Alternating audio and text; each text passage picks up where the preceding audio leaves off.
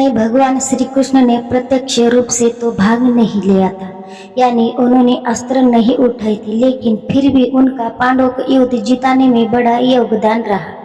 आज हम आपको इसी से संबंधित एक कथा बताने जा रहे कि जिसके अनुसार दुर्योधन को हराने भी भगवान श्री कृष्ण की एक चालाकी काम आई थी।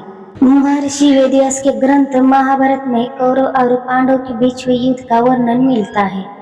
इस युद्ध के कई कारण रहे, जैसे कौरव का पांडव के साथ अन्य, द्रौपदी का चिरहन आदि। दुर्योधन का शुरू से पांडव प्रति घृणा का भाव भी महाभारत युद्ध की एक मुख्य वजह रही है, और इसी कारण अंत में दुर्योधन के मौत का सामना भी गांधारी ने क्यों बांधी थी पट्टी?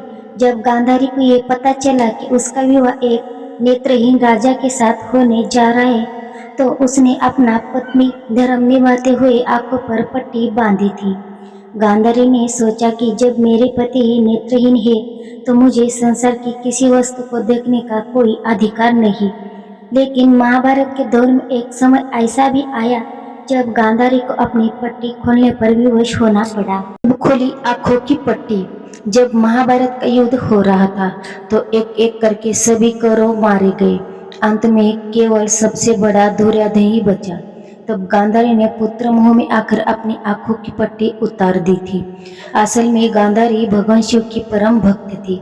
उन्हें उसे वरदान था कि एक ओजस्वी जिस भी व्यक्ति को खुली आंखों से नग्न अवस्था में देखेगी, उसका शरीर वज्र का हो जाएगा। तब गांधारी ने दुर्योधन के प्राणों की रक्षा करने के लिए उसे कहा कि तू मेरे सामने बिना किसी वस्त्र को आना।